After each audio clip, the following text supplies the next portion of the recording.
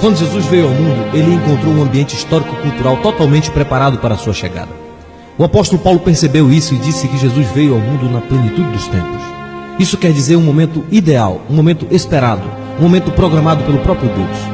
Deus preparou pelo menos 3 civilizações para a chegada do Messias: os gregos, os romanos e os judeus. Roma influenciou especialmente na questão política, os gregos na questão intelectual e os judeus na religiosidade. O primeiro século da era cristã é conhecido como período apostólico. Isso porque os apóstolos ainda estavam vivos e batalharam com toda a sua força pela verdade do Evangelho. Paulo e os outros apóstolos convocam a igreja para batalhar pela fé que foi entregue aos santos e a manter intacto o conteúdo do Evangelho. Obviamente, essa não era uma batalha fácil, uma vez que a igreja era extremamente perseguida e os césares odiavam a fé cristã. Nero, por exemplo, incendiou Roma e colocou a culpa nos cristãos. Em consequência disso, os cristãos foram perseguidos e mortos nas arenas. Por outro lado, as perseguições produziram uma igreja purificada, tanto na vida como na doutrina. Durante o período que se seguiu à era apostólica, a igreja esteve sob a espada da perseguição romana. Um nobre exército de mártires partiu para a eternidade sob os rigores da espada, das feras e das ardentes fogueiras. Somente os que realmente eram convertidos se dispunham a pagar tamanho preço pela verdade do Evangelho. Mas mesmo assim, em meio a tantas perseguições, os cristãos aumentaram em número e alcançaram quase metade do Império Romano. Foi um período heróico para a igreja, uma vez que mesmo em meio a circunstâncias adversas, os cristãos viviam o Evangelho e testemunhavam a sua fé. Graças à bravura e à coragem dos pais da igreja, as heresias foram combatidas, o que possibilitou o surgimento da ortodoxia cristã. No entanto, algo aconteceu que mudou para sempre a ética e a teologia da igreja apostólica. No início do IV século, o imperador Constantino se declarou cristão e em 313 promulgou o Edito de Milão. Isso dava liberdade de culto aos cristãos. Os cristãos então foram integrados à sociedade romana. E não demorou para que o cristianismo se tornasse a religião oficial do Estado. Era o início da Igreja Católica Romana.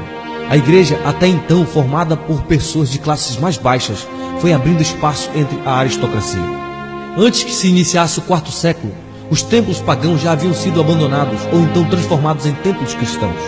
No século IX, não existia na Europa Ocidental quase ninguém que não acreditasse no Deus da Bíblia. Parecia ser o triunfo do cristianismo, mas na realidade, tal popularidade produziu resultados catastróficos para a igreja. Para começar, todos queriam ser membros da igreja, e quase todos eram aceitos, tanto os convertidos como os perversos. Homens mundanos e ambiciosos desejavam cargos na igreja, a fim de obter influência social e política. Por volta do final da Idade Média, o cristianismo estava completamente fora dos padrões que os apóstolos deixaram. Mesmo dentro do clero, a condição moral era uma realidade alarmante. Embriaguez e adultério eram os menores vícios de uma liderança que havia apodrecido quase por completo. Mesmo os que se separaram do mundo em busca de uma espiritualidade sadia foram contaminados. A Trindade Santíssima não era mais o único objeto de culto. Maria e outros santos passaram a ocupar lugar de adoração no culto de Deus. As peregrinações a lugares sagrados conferiam graça aos fiéis. A missa tomou o lugar da ceia do Senhor. O cristianismo, assim como o paganismo, era simplesmente uma religião do medo e do pânico. Neste período de total abuso papal e de corrupção geral da igreja, Deus começou a levantar alguns movimentos de reforma.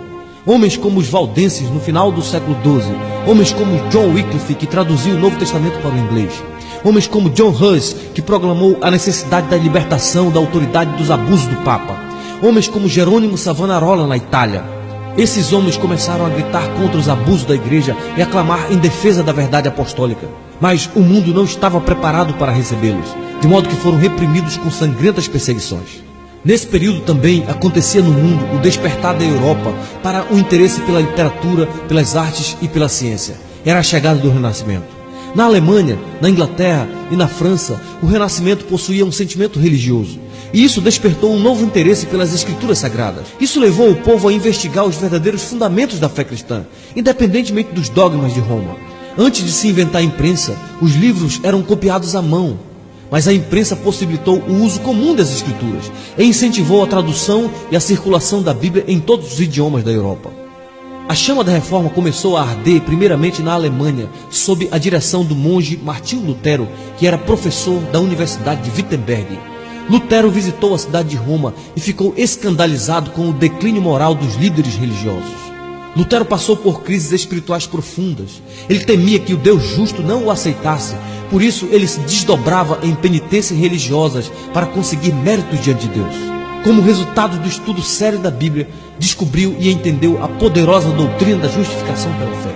Isso foi revolucionário para ele. Ele encontrou paz e descanso para sua alma na cruz de nosso Senhor Jesus Cristo e começou a pregar a sua descoberta na cidade de Wittenberg.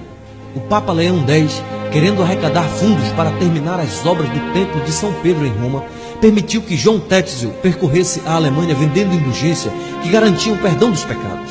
Lutero ficou extremamente indignado com tal pregação e começou a denunciar como falso o ensinamento de Tetzel. Na manhã do dia 31 de outubro de 1517, Lutero afixou as suas 95 teses na porta da Catedral de Wittenberg e com tal atitude estava deflagrado o grito da reforma. Seus ensinos foram condenados e no mês de junho de 1520, Lutero foi excomungado pelo Papa Leão X. No dia 17 de abril de 1521, Lutero compareceu à Dieta de Worms. Ali Lutero reafirmou a sua fé no Evangelho Apostólico.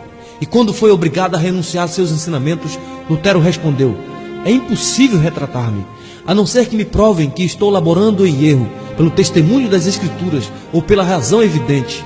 Não posso confiar nas decisões dos concílios e dos papas, pois é evidente que eles não somente têm errado, mas se têm contradito uns aos outros. Minha consciência está alicerçada na palavra de Deus e não é seguro nem honesto agir contra a consciência de alguém. Assim, que Deus me ajude. Lutero traduziu o Novo Testamento para a língua alemã e faleceu em 18 de fevereiro de 1546, aos 63 anos de idade. Mas antes de falecer, ele tinha mudado a história.